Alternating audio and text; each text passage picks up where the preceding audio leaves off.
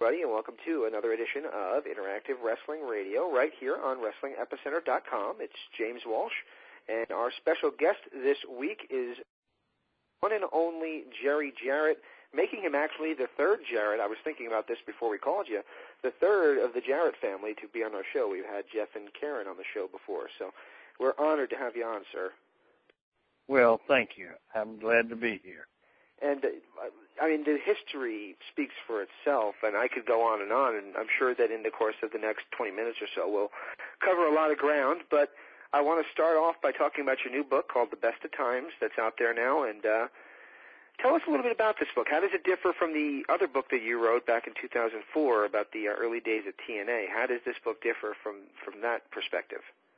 Well, the first one was really not technically it's a book, but it was just my journal, my daily journal that I keep. It was reprinted with, at the time I was in the construction business and development business and the wrestling business. And all I did is delete any comments or thoughts or reports concerning the construction business. The rest of it was just the events as it happened, and you know how you keep a journal. Exactly. Just what are your feelings? When I finished and went back and reread it, I was very tempted because some of my thoughts were very personal, and I thought about editing it, and then I said, no, you know what, that would make it fiction. Right. And just published it as is. This book, and it was only about the year 2002. Right. Which was when we developed or launched TNA. That's right. This book is an autobiography, and it starts in 1942 when I was born, and it goes through this year. And, it covers my life. I tried to be as honest as I could in the book, but, anytime you're writing, it's impossible for your mind to not view things the way you want them best viewed. And so unlike the journal, it's like all other autobiographies, and I tried the best I could to give a true account of the events and how I felt about them. Excellent, and that is something, we've been doing this show for 9 years, and as you might have expected, your name comes up quite often because you were such an integral part in the early stages of so many careers, from everybody from Sting to Hulk Hogan, and it has to be amazing to really take a step back from your perspective and look back and see all the accomplishments that you have done in your, I don't want to ouch your age here, but 69 years of life so far. Yes. I'll be 69 September the 4th, and I've really, really been blessed. I named my book The Best of Times because I really feel like that I was blessed to live and grow up in the 50s and enjoy the professional wrestling business during the 70s and 80s. And I really, as I look back on my life after I wrote my autobiography, I said to my wife, I'm really blessed. I lived in the best of times. And that's one of the things that people have been talking about when you read the reviews of your book, is just the positive attitude that you had throughout it, despite all the turmoils that you faced. I mean, we talked a little bit about the early days of TNA, and in recent interviews I know that you've talked about how hard, some of that was and the betrayals involving that. But it has to have been it's an amazing ride, and it has to be very difficult to be positive in this business, which seems to eat so many guys up alive. Well, when you look at everything objectively, rather than subjectively, in sports, every record that I know of has been broken in recent times, and I'm sure they'll all be broken again. So, it's almost ludicrous to sit and say, "Oh, the wrestlers were a lot tougher back in my day," or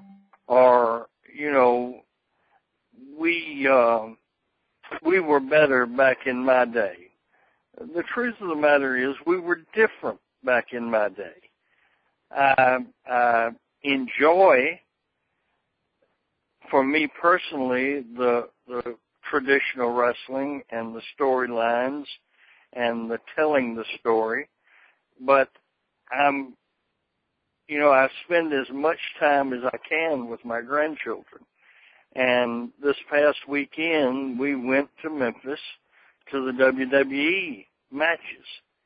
And Jarrett is 10 years old, and Jackson, his little brother, is 6, I think. Mm-hmm. And try to tell them that Memphis wrestling was better than the event we just saw. And so you have to be aware that the world changes and continues and goes forward. So do I like TNA program today? No. I didn't like WWE when they were in the Attitude Era. I happen to think that children are subjected enough to profanity and sexual innuendo in real life. We don't have to indoctrinate them with dropping the F-bomb when they're watching wrestling. And that's the thing that I think people get confused with, and that is that the Memphis territory was not done like a cartoon show, which people seem to think wrestling has to be if it's going to be kid accessible. It was very much in your face, very much. You had your promos, you had all that going on, and the studio and the brawls and everything that you could want, but it just wasn't sexual innuendo. It just wasn't laced in all that kind of other Howard Stern stuff. Instead, it was wrestling with an edge, and I think that is what people are still looking for. I think that's why if you're a tape collector, you're still, trading your left arm to get a hold of all the Memphis TV from back in the 80s and late 70s. Yes. But I just watched. And I hate to be, I'm certainly not putting the wrestling that I produce down. I think it is some of the best wrestling that's ever been. But I also do not think that it's fair when people totally discount the wrestling of today. Mm-hmm. The WWE match between Undertaker and Triple H at WrestleMania, I would put that match up against any match that's ever been produced in the ring. It was just incredible. The bumps, the storytelling, the intensity. It's one of the best matches that I've ever seen. And that was this year. There you go. So it's real easy for old-timers like myself to be lost in the 50s. Right. It's almost natural. I pride myself in not going there. Very good, and that's why you're still a relevant name in the wrestling world, where a lot of the old-timers have, gone by the wayside to some degree. Well, I just, I had terrible heart problems, and my doctor said that it was because of stress. So I try not to allow myself to get stressed by saying, oh, this is terrible, what's happening here, or this is terrible, the young people and the way they act, and Yeah. It's just that it's different from what we had in the 50s and the 60s and the 70s and the 80s. Mm-hmm. But, if anybody has grandchildren, I think that it is impossible, if they will be honest with themselves and not look at the world through their eyes and see that everything's pretty good. Everything's pretty good. The wrestling, it may be different, but they enjoy it. They love it. They love John Cena. This Kofi Kingston, is one of the best athletes I've ever seen. Anyway. What I keep saying to people is, when I grew up, I have fond memories of all the guys I grew up watching, and to somebody else, they might have been too cartoony. They might have been too over the top, too this, that, the other thing. They might have been, the common perspective is, because it was part of Vince McMahon's vision for the business, was that they were, the ones who helped, as they claim, destroy it. And, for me, as I was a kid growing up, I don't view it that way at all. And I think that's what you're saying, is that the kids who are growing up watching it today are not going to view these guys as part of some kind of a downtrodden era in wrestling. They're going to view them as, the kids of the guys of their childhood, their heroes, their favorites. And yes. There you go. You're exactly right. And here is the thing, too, to separate.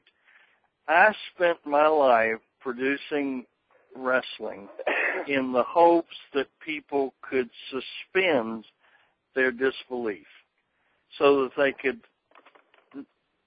it would be like at a movie where you forget that there's camera and lights and sound and 15 people standing around a scene. You can get lost in the characters. That's what I prided our Memphis wrestling on, was that it had a real texture to it. Now, I'm sitting there, and it was entertaining, but I didn't get into the matches at all, because the kids were on the front row, my wife and I and my daughter, we were on the second row behind them. And I could hear them calling the high spots. And so that fact alone, watching John Cena, not even trying to cover up, openly calling the match,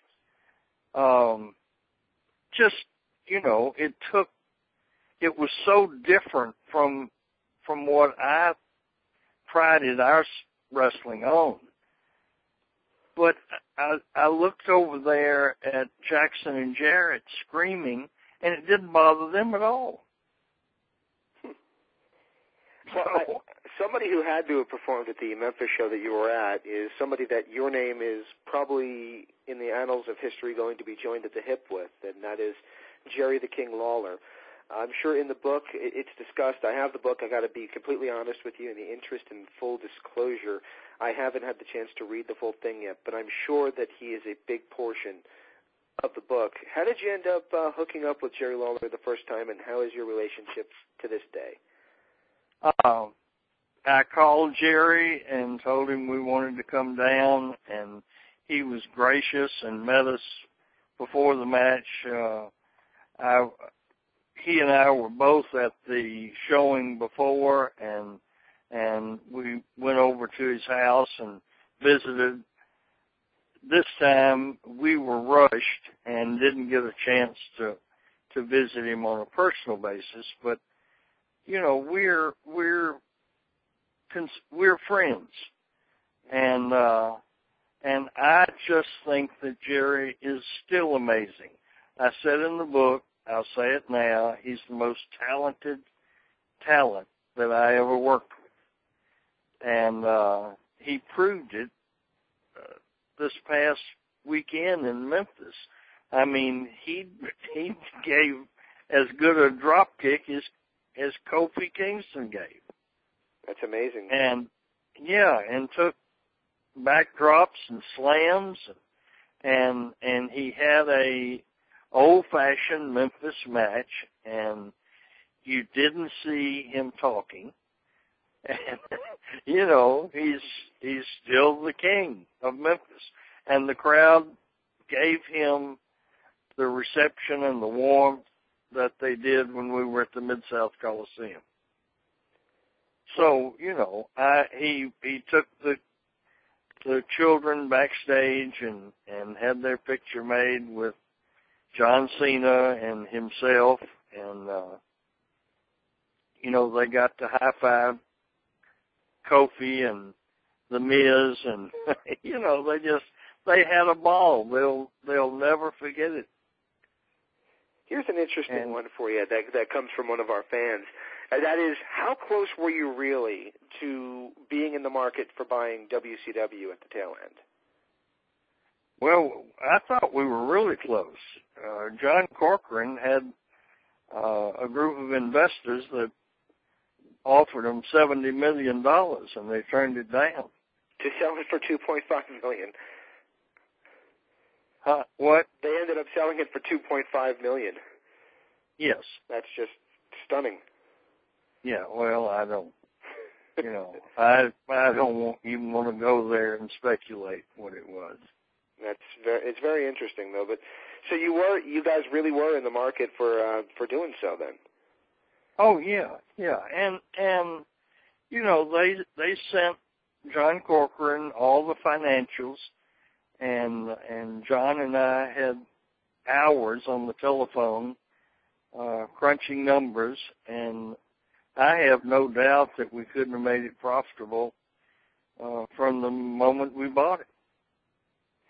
Now, there was a rumor going around that it was yourself and your son Jeff and the Harris boys on the boat, and that's kind of where the concept of NWA TNA came, is that when you guys found out that there was a potential that TNT and TBS were not going to be an option for TV, for WCW, of doing the weekly pay-per-views. Is there any truth to that? Yes, it was, no, we were, who was there? Bob Ryder. Bob Ryder. Bob Ryder had a fishing boat. He's the one actually who shared, I believe, the story the first time on the show about 8 years ago. Yeah. Jeff and I went fishing with him, and that night we were having drinks on the boat, and he's telling me what a shame it is that I'm not in the wrestling business, and why didn't I get back in? And I said, well, I don't have $50 million, and that's what it would take. And so anyway, Bob said, well, I've been thinking a lot about it. The revenue stream that is the most profitable is pay-per-view. Why don't you just have a pay-per-view company? And I said, well, I don't think it'll work. But Jeff did, and he desperately wanted, to stay in the wrestling business. I tried to get him to come in the construction business with me and Jason. But he wanted to stay in the wrestling business. So when we got back home, he went to crunching numbers, and he'd come over to the house and say, what do you think of this, and what do you think of that? First thing you know, I said, well, okay, I'll try it. There you go. And you're still in the wrestling business, no matter how hard they try. They keep pulling you back in. And, you're doing your own wrestling talk show called Inside Pro Wrestling, and I know you're kind of in potentially a transition period, but what's going on with that show, and how are you enjoying doing a little bit Well, a major 100,000-watt station just made us an offer that I don't think we can refuse, and but there is a third player in the market, and so we're having that meeting tomorrow, and so then I'll naturally call 104, the place we are now, and tell them, because they were really nice to us and in fact started us, but I wouldn't be surprised if we're on Saturday. That'd be good. And that's where you are now, right? Saturdays? Yes. Very good. And what I'm saying is our original contract expired this past Saturday. Oh, okay. And there's a good chance that we will not have missed a week, just at a potentially different station. Very good. How is it for you to, be part of the more analytical side of things and talk about the wrestling business as opposed to being, it's inside pro wrestling, being inside of it as much as you were to now be more analytical of it? Is it hard for you to change, your perspective and offer it in that role? No, not at all. As a matter of fact, I really enjoy it. I lived a full and exciting life in the professional wrestling business. But I couldn't, or I wouldn't even attempt if that was offered to me right now. Vince McMahon has, when I came back home, has made me some incredibly generous offers. And so if I wanted to be back in the wrestling business, I'm sure I could be. But I can't travel 100,000 miles a year. I don't want to. This morning, and this is going to sound real corny to you, but this morning, my wife of 40 years, I think now, and I had coffee on our patio, and our pool is in the backyard, and beyond the pool is a nice lake. And we sat there and had coffee, and I wouldn't trade that for a Madison Square Garden sellout. Now, I know that sounds corny to you, but that's where I am in life. I can do the radio show, and it's not any stress, and it's fun. We had Jim Cornette on, and he's a blast. Were you able to keep him FCC compliant? Yeah. No, he was, now that he's with Sinclair, he has to wear his corporate hat, and he was a real gentleman. But anyway, he's funny regardless. We've had some great shows with some great talent. Dutch Mantell was good. Lawler was good. Bill Dundee was good. Road Dogg Jesse James. I mean, and I'm forgetting some great ones, but, it's really fun to talk to the boys and not be their boss. That has to be an amazing experience for you. And, I can't be happier for you because, like I said, I'm a huge tape trader, tape collector, and the Memphis stuff is, one of the rare gems of my collection. And I can't tell you how much to this day that my wife goes in the tub at night and I pop in an old wrestling tape and how it still does it for me. It still reminds me why I love it. And I've said a million times on this show, and I'll say it to you, the main reason why I kept doing shows like this, even in the times of wrestling that I'm not the biggest fan of what's going on these days, is going back and watching this stuff and seeing what it could be and, once again, could still be. And I can't thank you enough for being a big part of bringing that style of wrestling that I grew up on and I really admired to me. And I really can't appreciate enough and thank you enough for joining us tonight on the air tonight. Well, you are very kind, and I appreciate you giving a plug for my book. It was a labor of love, and every single one that I sign or autograph or somebody buys is special to me. It's meaningful that somebody would even want to share, my life. So I appreciate this opportunity, and I do have to ask you one last question, and it kind of goes along with what you said about TNA.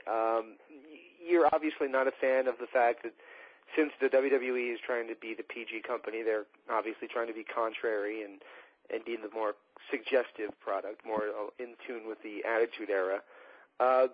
Your son still works there, and how do you feel about Jeff and how he's doing in the company? It kind of seems like he's more falling into the shuffle rather than being the big star that he was in the early days of the company. Yeah. Well, unfortunately, the stress and the pressure of being in business with your son, our family, was, it was detrimental to our relationship. Oh boy. And Jeff and I, and it's pretty common knowledge, we don't really have a relationship now. Oh. I wish that TNA was not the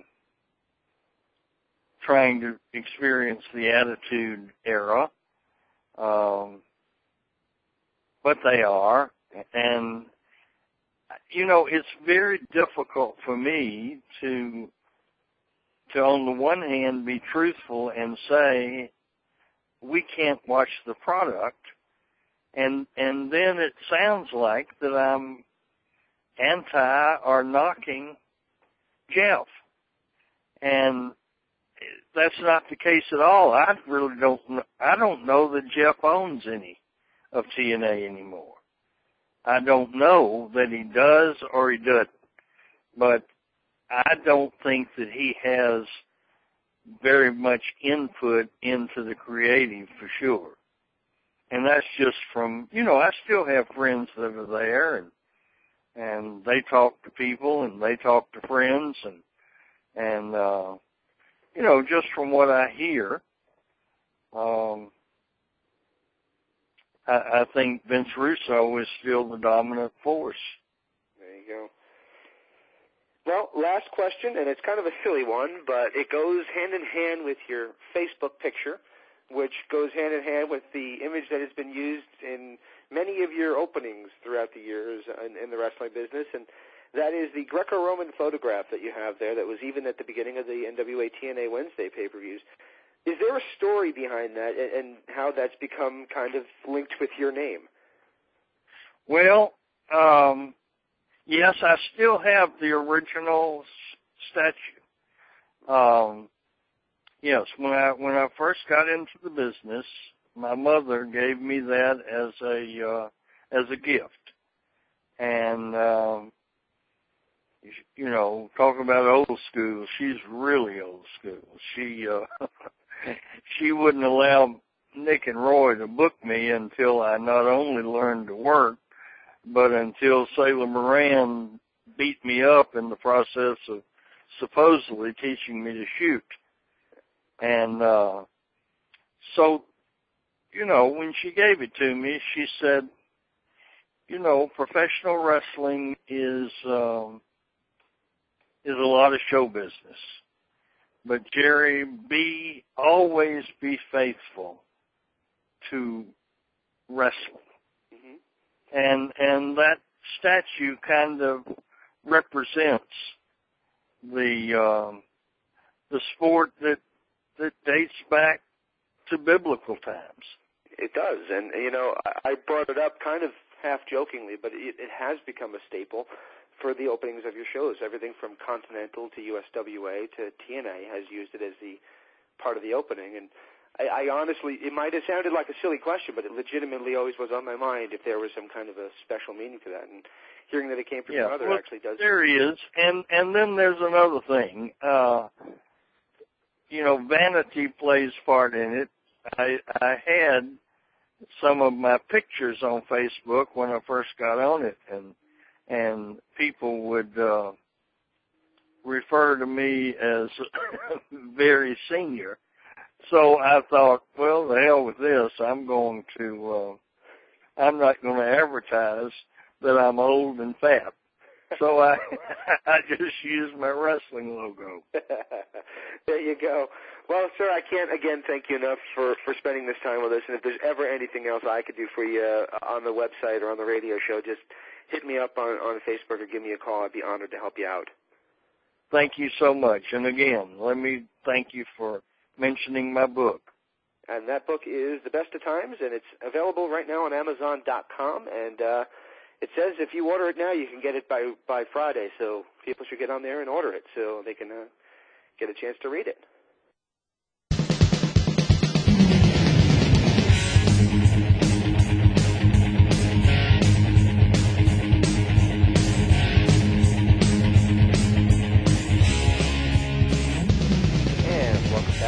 Interactive Wrestling Radio, WrestlingEpicenter.com, and YouTube. It's James, being joined now by Mr. Nick Knoll and Mr. Patrick Kelly. You guys on the line with me? Howdy.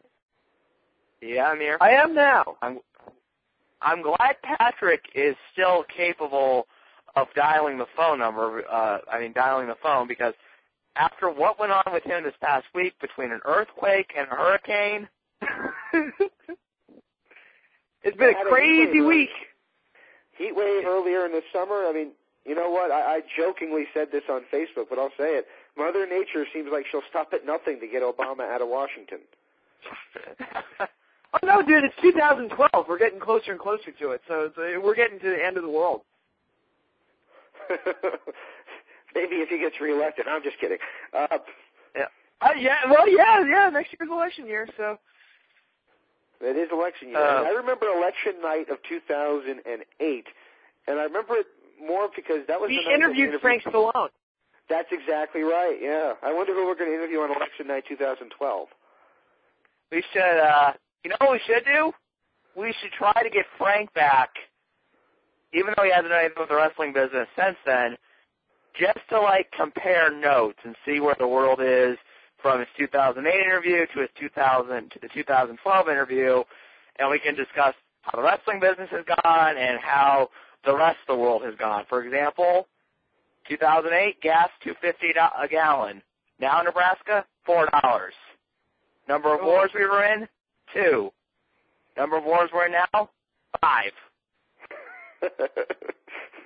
Hey, that's change, Nick. That's change. I think we should up it. We should interview Sly Stallone. Try and get a hold of him. Why not? Hey, if he's willing to play a lion in a weird-ass movie, then he must be willing to do our interview. Well, he did do a wrestling movie after Rocky that was a huge flop. Did he? Really? Yeah, it was called Paradise Alley. And Terry Funk actually tells a funny story about it. He says, if you've ever wanted to see the biggest goddamn group of ass kissers, just do this movie. After every goddamn take, everyone came up to Stallone and said, that was perfect. That was Oscar-worthy. Wow. That is the worst Terry Funk impression ever. Well, let me tell you something, you egg-sucking dog. I gotta tell you, if you're gonna do Terry Funk, you gotta sound like you're just about to break down and cry. And you gotta swear a lot, goddammit. I lost my ass in that match, goddammit. The best one was when we interviewed him again and we referenced that line and thanked him for giving us that awesome line, and he just laughed and said, I did lose my ass in that match. Yeah, that was after we had the bizarre segment with Missy, which that did not turn out the way I wanted, but I still love Missy. But that was really weird. She just kind of came on and shouted at him. I don't really know. Hey, I love her, though. She's sweet, and I'm glad she did it. So. Yeah. All right, so now kind of getting back to the modern world of wrestling, and it's been a while since we've done an actual show, part of that being that my car died and I couldn't afford the money to pay the phone bill to do these. Part of it was I think we needed a break as well. Yeah. Yeah, and unfortunately, during our break, the world went to hell, and it's literally 1996 again. Kevin Nash is in the WWE main event. Ric Flair, Sting, and Hulk Hogan are main eventing another show. I just want, you know what? People want to know why MMA is kicking wrestling's ass. It's simple. MMA is continuing to evolve at every sense of the word. The fighters, the promotion, the fans, the television deals. Wrestling can't get its fucking head out of the fact that it's not 1956 anymore, God damn it! And even, you know, those guys, Hogan, Flair, and Sting, I mean, my God, they were, you know, people, maybe not Sting so much, but people viewed Hogan and Flair as relics in, like, 99. And they're still there. It's unbelievable. I'll go a step further. A lot of people thought Ric Flair and Hulk Hogan were washed up in the early 90s. And that not everyone, but a lot of people kind of felt like after they left the WWF in the 1993, which they both left around the same time for a couple different reasons, most people kind of said, I think a lot of people probably said, well, that's the end of the era, folks. I mean, Ric Flair and Hulk Hogan have got to be towards the end of their career. They've been, you know, on top for almost a decade now each, more so Flair. I mean, he got his first world title was in 1981, Hogan in 84. A lot of people probably thought, well, that's the end of that. I mean, we're going to move into this new era, probably dominated by guys like Bret Hart and Sting, and then I guess we'll see who it's after that. And there was a guy named Austin Rock, and then we're back to Hogan and Flair. Well, we're going to get Sting and Flair again. Yeah, we're getting Sting and Flair again at the next pay-per-view. Did anybody here think that after the last Nitro that we'd see those two wrestle each other again 10 years later? No. I'll be honest, I always was kind of hopeful that would be the last match, even when Ric Flair was in WWE and there'd be the occasional rumor, Sting's going to go to WWE, Sting's going to go to WWE. I thought to myself, that was the perfect way, though, to wrap up Sting and Ric Flair's long-term rivalry, because they were the franchise players of WCW through pretty much its whole run as WCW. And they built the house together, and then they closed the house together. And now it's like, no, I mean, and I love Joker Sting. I love the energy that he brings, but, you know, if he's going to have a really great match, he needs to work with someone that can kind of carry him a little bit through the in-ring aspect. I mean, I'm really worried about these two matches with Flair, and then this match with Hogan. I mean, Hogan, you know, I know he hasn't wrestled in a long time, but since then he's had, 600 operations on his back? I'm really worried about it, and here's why. Nobody is a bigger Hogan fan than I am, and I'll defend it to some degree, his being there, because he's not in there wrestling every week. He's not in there pulling a Flair in 2005, beating Carlito and giving him a rub somehow. I'll agree with that. What's that again? He's not. Yeah, how did Carlito turn out? Yeah, exactly. I was just saying I agree with your points about Hogan, that he's not there. And Flair, you know, Flair's coming to the end, and frankly, with his promos, I think more so than just his career's coming to the end. I mean, holy God! If you're gonna wrestle me, it's gonna be better than impossible. But I'm the Nature Boy. What in the world was that, Rick? And I'm not even doing a very exaggerated parody. That's literally how he said it, and it was frightening. Well, I know that Patrick's not very high on Mike Taney as a commentator right now, which is a fair point, but he made an excellent point that probably summarizes Ric Flair's whole life on Impact. He simply said, Ric Flair can't control himself. Yeah. Well, I mean, read that long article that's come out about his financial troubles and, his alcoholism and all that stuff. Flair's a guy that just never learned how to take care of himself. Well, see, that's just it. I mean, I'll go back to, just like I said, a while back I read Brock Lesnar's book. If anybody thinks he's an idiot for saying, I don't want to be Ric Flair when I'm 60, think again. Did he say that in the book, word for word? Well, he basically said, what he said in his book was, I respected Ric Flair, but I sure as hell didn't want to turn out like him. Yeah, and that's fair enough. I mean, look at he got kids that, David's turned out okay, but as we found out on our show, he's kind of aloof. Would that be the phrase? Yeah. And, Reed's had problems. I mean, he's been in and out of rehabs, and I don't care if I'm breaking as CM Punk would say, the third wall by saying so. If it hasn't been public knowledge, it should be. He's been in and out of rehabs for the past several years. And he and his daughter got arrested together. Like, they had some incident at, like, a convenience store or something, and, like, Ric Flair and his daughter, I think, were both arrested. So, I mean, I'm probably the biggest Ric Flair fan in terms of anyone related to our website. Right. Right. But it is so hard for me to watch him be this. And, there was a part of me that thought, okay, maybe some of these stories are exaggerated, yada, yada. But more and more you look at it, you're like, okay, it's not exaggerated. If anything, it might have been a little understated how big of a maniac he can be. And he's turned, and it's, since this is going to be a little bit of a downer, okay, guys?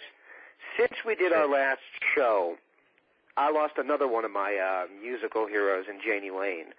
And I can't say things like how sad I am necessarily for him. Yes, it sucks that he's gone, but he did it to himself. And I'm really horrified by it. And you could see, Janie had the same look on his face, the alcoholism face, that Flair has, the bloatedness in his face. And I'm scared to death that Flair's going to, and Patrick and I talked about it earlier today, he's going to drop dead in the ring. And part of me thinks that's what he wants. I hate to say that. I've always thought that. Sometimes when I watch him and the way that he goes now into, hardcore matches and just bleeds these buckets, I do think to myself, there's a part of him that wants to go out on his shield. He wants to drop dead in the ring. He wants to, maybe the one place he's ever truly felt great was the wrestling ring, and maybe there's something psychological in him that, like, I don't want to go back out into the real world. I know I'm quoting a lot of people here, but I remember Eddie Guerrero said once, the easy thing is going in the ring for 20 minutes. The hard thing is all the other shit you go through. And if anybody would know, it's Eddie Guerrero, definitely. But yeah, and getting off of Flair for a second, then the other guy you have is Hogan, who thankfully hasn't wrestled that much since he's been in TNA. He's only had one match. Oh, please hang up and try again. What was that? By the way, guys, are we still there? Yeah, I'm here. I can hear you. I got a little bit of breaking news. I'm sorry if I sounded like I went away there for a second. A little bit of breaking news, even though we're not live. Matt Hardy has just posted a suicide video on YouTube. What? For real? Or, like, one of his crazy rant things? Like, is this... It's a crazy rant thing, but he says he's going to kill himself by midnight. And this is his, like, suicide video. Holy shit. So if there's anybody out there that has access to the police in Cameron, North Carolina, get on the phone. Oh, wow. Holy shit. See, that sounds like the fact that he's, like, posting it, long before midnight, kind of tells, well, I guess it's not that long before midnight, but that sounds like a cry for help to me, but Jesus. Yeah. Yeah, well, I mean, we were just talking about one guy that has a lot of problems in North Carolina. Let's go to the other guy. Well, one of many from North Carolina that have problems, and that's Matt Hardy, who since the last time we did this show has been in a car accident, charged with a DWI, and was released from TNA. And he was released from TNA because of his, Hogan was asked point blank on his Facebook page, why was Matt Hardy released? And the exact response was like, we all have our problems, but some of us don't deal with them very well. I mean, Matt was already on suspension for, I guess, like, for showing up late to shows all the time. And I think on top of other issues, this is all the latest straw that broke this is just the straw that broke the camel's back. That's true. Yeah, the strange thing with Matt is that we always said with him, Jeff, the thing that kept him from being world champion is the fact that he had so many personal demons. And Matt Hardy, the thing that kept him from being world champion was that he didn't have Jeff's charisma, but he had, like, the business sense. He always seemed like he had his head on his shoulders, but I don't know what's happened in the last year, but he's arguably more messed up than Jeff. I think inarguably, if this is the truth. Hold on a second. I'll say this. Jeff, through all the problems that he's had, it doesn't seem like he's never gone on YouTube and apparently posted a suicide video. Oh, yeah. The suicide note is on my screen right now. I only have a few hours and minutes. I loved you all. Kindest memories. I miss you all. Let's see. This is all scrolling across the screen. September 23, 1974 through August 31st, 2011. With holy shit, skitching sound, and now it just blacked out and ended. That's Is he on screen or anything, or what? No, it's just scrolling text from his YouTube channel. He's just posted. Good Lord.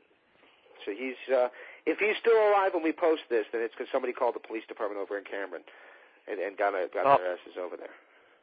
Well, I would be hopeful that, he has a girlfriend what's her name? I think her ring name is like Reby Sky or something. Or maybe Reby Sky. I know who she is because before she got into the wrestling business, she was a model who was a really big New York Giants fan, and she would show up at the games in like a Superman outfit with the NYG logo and everything. So, yeah, I know who she is.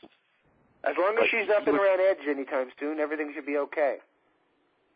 Well, I mean, you're hopeful that, either that you would be hopeful that given, Matt, the fact that Matt has, friends and family that, they're checking in on him, my honest to God hope is that somebody is seeing this, that maybe is someone who, if nothing else, maybe might be a friend of, say, just an example, Gregory Helms, and is saying, hey, you might want to check on Matt. He apparently posted a suicide video.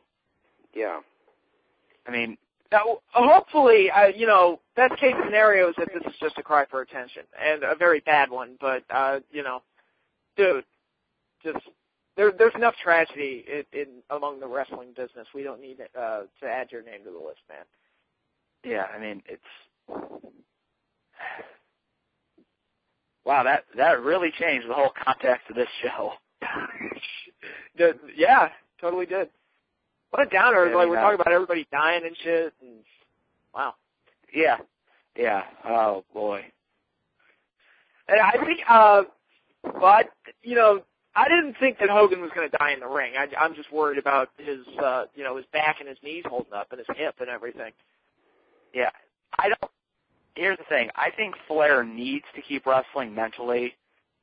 I think with Hogan sometimes it's just been that he's never been able to, in terms of a huge success, had a breakthrough to acting or being a spokesman or something. I mean, he's done here and there, stuff like that, but he's never had like a point where like that supplanted his, income from wrestling. I think he's never been the Rock.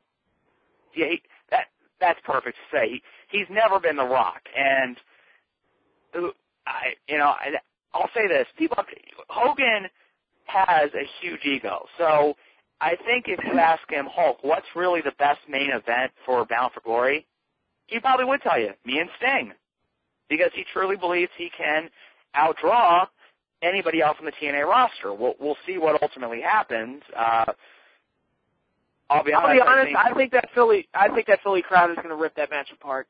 I just have the sinking feeling that they're going to be like the really, really, the ECW crowd and like the Ring of Honor Smart Mark crowd. Like they are just going to rip that match to shreds.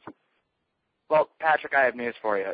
The ECW fans were rebellious. What the Ring of Honor fans are is when they're at, like, their safe little Ring of Honor shows, they'll chant, fuck TNA, fuck TNA, fuck TNA, fuck TNA. Then they will buy a ticket to a TNA show like Lockdown, which TNA's run Lockdown there a couple times, and go nuts.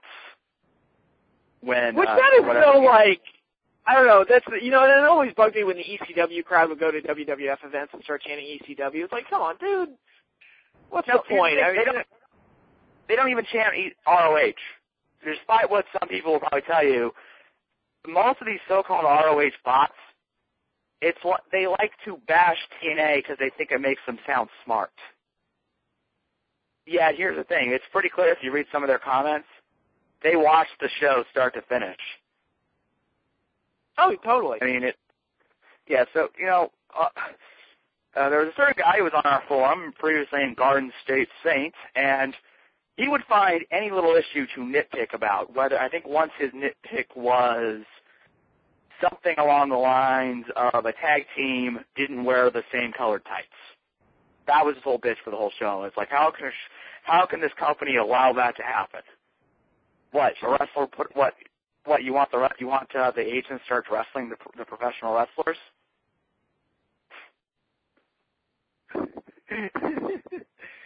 Yeah. And the one that got me was, I think it was PW Torch, when they reviewed, like, the Impact before Lockdown 08. And they had, like, a big thing, because all the Christian Cage Lethal Lockdown team guys, they all walked around with T-shirts that said Team Cage. It wasn't anything fancy. It was, you know, white letters on a black shirt. And they went crazy on, like, T-shirts and all these giant rants. I'm like, well, geez, those Raw versus SmackDown shows, the draft episodes, probably drove them nuts. Because he just went on and on about T-shirts. And I'm like, really? This is what we're going to go after? I don't know. It seems silly to me, but... Yeah, see, that's just it. The thing that drives me nuts sometimes with TNA, and I feel like I always talk about this, I feel like that a lot of times people will take little things on TNA, blow it up to a huge proportion, and try to nitpick every little thing, and that becomes the whole thing they want to talk about. Yet with WWE, they'll let those little things go. I think part of that is loyalty to the fact that admittedly, a lot of people are WWE fans first. That's most people's, including my own, introduction into the world of professional wrestling. Whether some people want to admit it or not, they were originally a WWE fan. Then maybe they developed a taste for other companies. I'll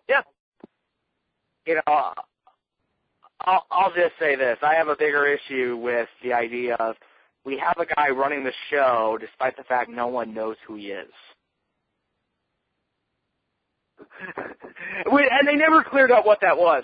They still set up the Raw GM thing for every show, but they haven't used it since I think the Punk thing started. Yeah, which you know what? I'm starting to think he sent the text.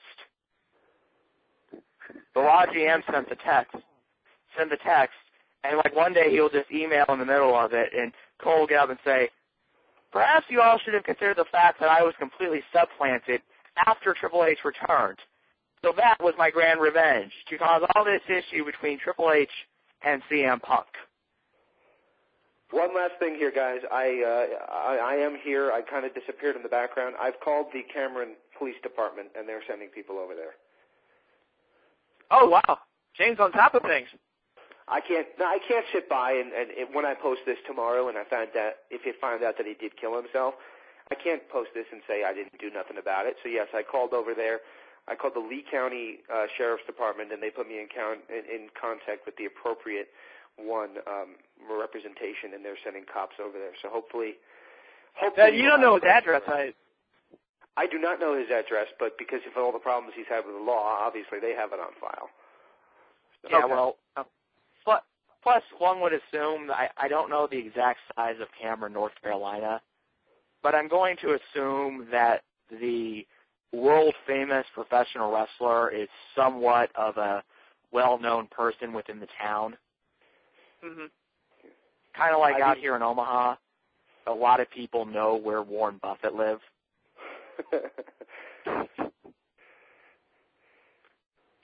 Oh, man. Yeah, well, it's like around my town, everybody knows where the president lives, Which president? Oh, there you go. All right, guys. Well, I'm going to call it a night here in a second, but I did want to mention this before we go. It seems like we have entered a new world. I'm not sure if you guys talked about it yet. A new world where we have left the brand extensions and apparently entered some sort of Super Mario Super World, Super Show world where everything, despite being the same show, now that it features both brands, is now going to be considered a super show for the foreseeable future. Yeah, which, if you do it every week, it's not a super show. I was thinking that when James was telling me about it. I didn't see Raw last night because I just kind of conked out. But, well, you know, I know we were good. Yeah, go ahead, Nick. I'm trailing off. Allow me to summarize. Triple H came out and basically declared that for the foreseeable future, Raw and SmackDown wrestlers will appear on both shows. Pretty much signaling the end of the brand extension that pretty much have been over for 5 years already. It's not, I mean, everybody says that, but it's at least been divided with titles and things.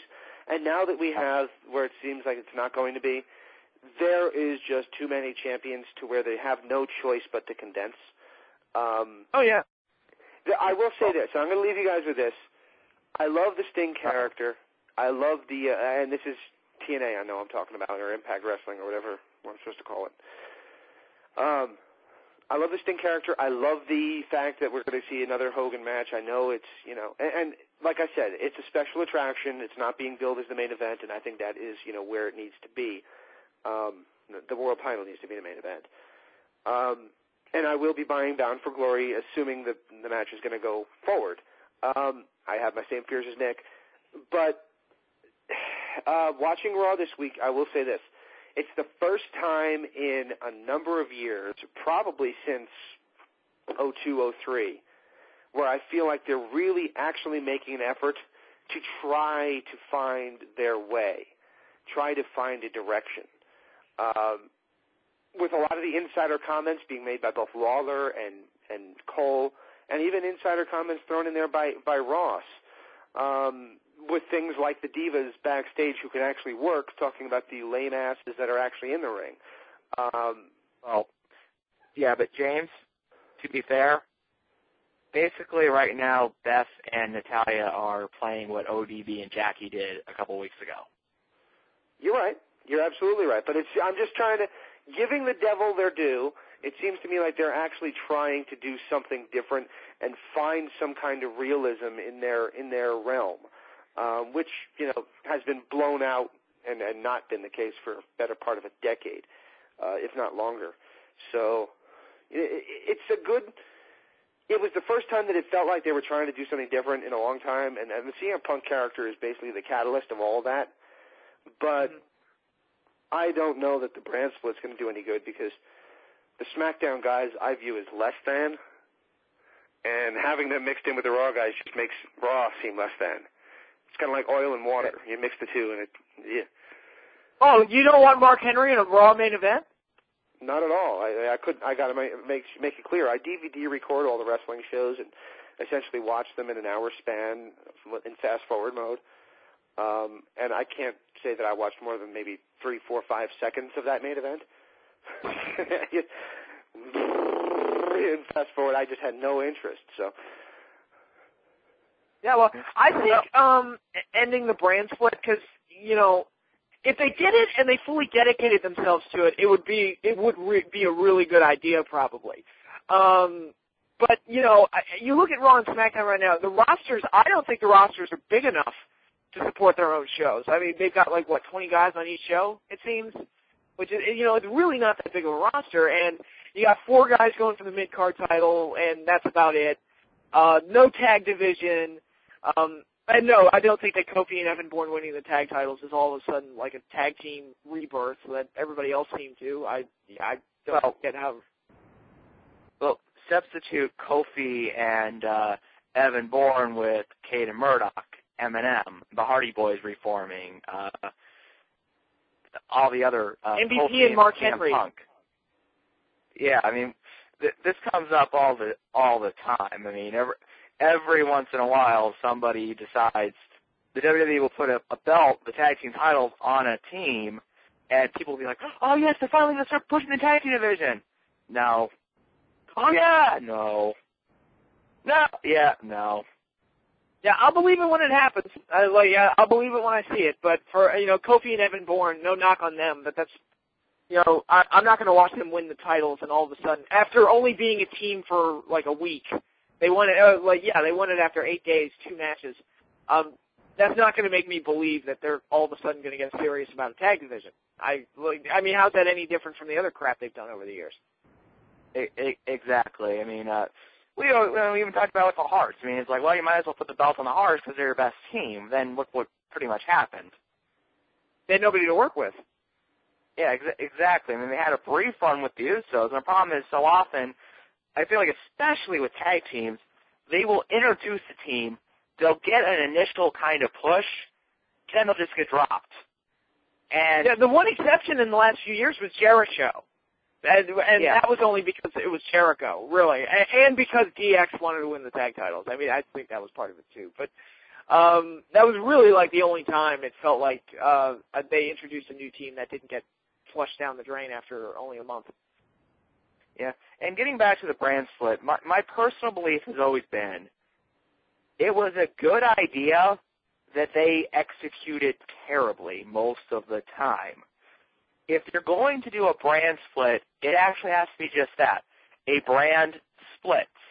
You can't have Raw and SmackDown guys constantly appearing on each other's shows because that whittles down the appeal of it. Because it's like, well, I just saw this guy on Raw 2 weeks ago when they did the last 3-hour Raw. And, the other issue is, like you said, the roster isn't big enough. And they don't put any emphasis on the titles. I mean, Dolph Ziggler is the U.S. champion. Who does he really have to work with? Maybe Alex Riley. But right now, the bigger story seems to be, will Vicky Guerrero choose Dolph or Jack Swagger? Yeah, exactly. Who the hell is Intercontinental Champion, by the way? I think it's Cody Rhodes, but don't quote me on that. I don't watch SmackDown. I usually don't. I didn't watch the live SmackDown tonight. I completely forgot about it. So, whoops. Yeah. See, that's it. We have, ideally, there was a book I read once. It said, back in the day when you had multiple territories, what could happen to be a guy could come into a territory, work with everybody over the roster that he could work with. Then he could move on, go somewhere else, and maybe in a couple of years you could bring him back, and because he's had time to be away, he's going to be fresher, and obviously other new wrestlers will be around for him to work with. That would be the ideal for the brand split to work. Have a guy on Raw, have him work with everybody, send him over to SmackDown until it's time to bring him back to Raw. Unfortunately, it just seems like what happens is Randy Orton goes to Raw, he's WWE champion. Randy Orton goes to SmackDown, he's World Heavyweight champion. There's no real difference between the two shows. I mean, same with John Cena, or that they'll change the titles every couple weeks, but more or less it's the same people to win the same belts. And, right now, I don't like the idea of having 2 world champions, especially since they're so not dedicated to keeping the shows separate anyway. Because to me, the SmackDown title is basically the Intercontinental title now. It is the mid-card championship. People can say it's not, but, does anybody honestly view it on being on par with the Raw title? I don't, especially with the way the storylines have gone on lately. It's just seems insignificant. And I just go ahead and unify the belts and then, go back to just doing what you were doing with the belts before. Right. I mean, look, for example, I think I'm not stepping out on a limb here, Patrick, if I say probably one of our favorite times in the whole brand split was a couple of years ago when they just let CM Punk and Jeff Hardy be the SmackDown guys, and that was such a great, strong show. SmackDown felt different than Raw. It worked differently than Raw. You had different people winning the belts, and then they just blew it by giving it back to The Undertaker. Yeah. We all remember that. But Yeah, the brand extension is just one of those things that they never fully dedicated themselves to, even though they said they did. For reasons that even like when it first started back in 2002, you had Undertaker, who was on Raw, showing up on SmackDown every other week. And they would always do things like that, where a Raw guy would show up on SmackDown and a SmackDown guy would show up on Raw. And it got to a point where Del Rio was a SmackDown guy, yet he was wrestling on Raw every week with no explanation. He was just there on Raw. And you can't do those kind of things and expect me to think it's a big deal when they switch brands. Exactly. I mean, you've got to treat it, if you're going to do a brand extension, you've got to treat it like when a football player signs a deal in the NFL. If Michael Vick signs a deal with the Philadelphia Eagles, that means he can't go play on an off week with the St. Louis Rams. Huh. Or something like that. Or it just doesn't work that way, That's why it's got to be, I think you summed it up perfectly when you said they never really dedicated themselves to it. It was just, we have separate shows. The concept was... I thought you left. I did leave, but I can't keep myself away. I'm like Ric Flair. The concept was... The concept was that they were going to try and create competition within their own company to simulate the concept of WWE versus WCW, and ultimately, it's like anything when you're doing it yourself. I don't know if anybody here used to play with wrestling action figures, but when you play with wrestling action figures, occasionally you can change the rules to suit whatever game you have going in your own head. Obviously, I don't do that anymore, but when I was a kid, I did. And that's basically how Vince McMahon treats the wrestling business. The guys are the toys. He plays with them for a little while, and when he gets bored with them, he throws them away. The same goes with this. He kind of did it his own way, and when he got bored with it, he kind of changed the rules as he went along. And obviously, you can't do that with a professional thing like the NFL and all that, because there's a billion pundits and $1 billion and a billion everything going along with it that'll stamp all over it if you do, and the lockout is proof and evidence of that. Yep.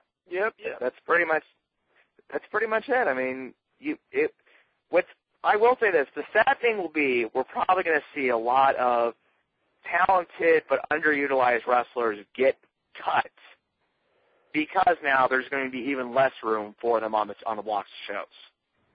Right, but the thing is, and I was talking about this with James, you look at this year's Royal Rumble, and look at all the ham and eggers that came out. I mean, who's going to get cut that's really like, if they really, cut the talents that probably shouldn't be there, are they really going to lose anybody that significant? Well, see, I agree with you on that point, but I'm a big believer that the WWE has a lot of talented wrestlers that they just don't, push correctly. It's like they decide, okay, Del Rio is a main eventer. No matter what, Alberto Del Rio will be world champion by the end of the year, regardless of how fans are reacting to him. And it's the same way. If they decide, okay, Zack Ryder, you're going to be just this job boy, you're going to be a job boy. And I understand that, yeah, there are a lot of guys that, nobody really cares about, but I think a lot of that has to go on the booking because they don't give guys a chance. Even if the guy is having incredible matches and has all this potential and the fans are reacting to him, they won't care. They won't try to move him up. And they won't try to move the guys that clearly aren't working in the main event or clearly aren't ready to be in the main event or don't have a strong enough character to be in the main event. Alberto Del Rio, for example. They won't move them out of down. the country for the time being. But you know what I think that is? I think that the Mexican people are so offended by the way this guy represents them. As you said it, it's like Adam Sandler doing a bad Razor Ramon impression. That they have locked Alberto Del Rio away. You don't mess with a Zohan. Pretty much, yeah. What a crappy movie. I love Adam Sandler movies, but that movie sucks. What movie? You Don't Mess with the Zohan. I never saw it, so. You didn't miss much. A lot of his later movies haven't really captured my attention, so. I really, really, really, really, really liked Just Go With It. I really like that. And the Zookeeper or whatever, which I know is kind of his production but not his movie, is better than he gets credit for. I actually enjoyed it. Oh, wow. I'm the one. I'm the one. I just lost faith in humanity hearing you say that. It was a cute little movie. I never thought, but it just looked really bad. It is, but it's funny bad. Funny bad. Okay. It's not. I like funny bad. It's not like Cowboys versus Aliens, which sounds funny bad, but isn't attempting to be silly at all, which just makes it come off as a really weird and really shitty movie. Pretentious, I think, is the word you're looking for. Essentially. How do you come off as pretentious with a movie called that? Exactly. That's what you said earlier, and it's just... Well, to be fair, look at who the lead actor was. It was that Daniel Craig guy. James Bond. Yes, the worst James Bond ever. Well, you know what? I have never seen Casino Royale, and I know that's sacrilege because everybody says it's one of the best Bond movies. I did see Quantum of Solace, and I wasn't impressed. See, I don't know. To me, it's like they. I don't know. My dad makes this point. I agree with him. It's that James Bond is not really supposed to be the badass killer. He's supposed to be what he was with Sean Connery, what he was with Roger Moore. He's supposed to be a cool, collected, smooth operator that kills when he's forced to. I don't know, maybe it's just my family. We just think that, like, the twist that Daniel Craig puts on the part is too dark. Maybe. I'll tell you what, you know who I thought was a great Bond? Even though the movies he was in were typically really bad, Pierce Brosnan. Like, if I had never seen a James Bond movie before and you gave me a description of the character, that's how I would picture him. How he would look and how he would act and everything. And GoldenEye was really good, but other than that, I mean, most of his movies were crap, and that's kind of what hurts his time as Bond. But I think, as Bond, I thought he was really good. Yeah, I think he helped make some of the... Let's just say this, as bad as those movies may have been, they would have been a lot worse without him in it. Yeah. Oh, the Halle Berry one? That one was... Ugh. It would... I honestly feel like they made such a big deal out of, like, oh, Halle Berry's going to be a Bond girl. Halle Berry's going to be a Bond girl. I'm like, so? I'll be honest. I don't really get why she's considered that attractive. I don't think she's hot. It's just I don't think she's that good of an actress. And the fact that she has the Best Actress award, I think is kind of silly. Well, and then we're really... Yeah, go ahead. That was the year where Hollywood decided they were going to make the black people feel good by making the white people feel really bad. Well, the thing about her is that she's half white. So, I mean, I hate to point that out, but, you know, just throwing that out there. Yeah. All right, so that is pretty much the world of wrestling so far this week. We've got Matt Hardy threatening to kill himself. We got Ric Flair apparently trying to kill himself in the ring. We got 1996 again. I mean, my God, even though it won't happen in Night of Champions, Kevin Nash will wrestle a match, and he will beat CM Punk. Well, it's going to be CM Punk and Triple H, and number one, they are rushing that match way too quickly. That's a match that they should have held off for at least a few months. Well, apparently what happened is that Nash failed some kind of medical test, but, like, everyone's like, oh, but he'll be fine in a few weeks. I'm like, then don't do the Triple H CM Punk match, because that does have potential, but the problem is, this is the issue I always have with WWE. there's stuff that they do that I will admit has potential, but knowing the patterns that they set themselves into, I have no faith that they will break those patterns. So well, look at the Punk thing. Look at when right after Money in the Bank, like they were on a fucking high because of what they did at that pay-per-view, and what happened after that? They crammed basically 6 months of storylines into a week. Exactly.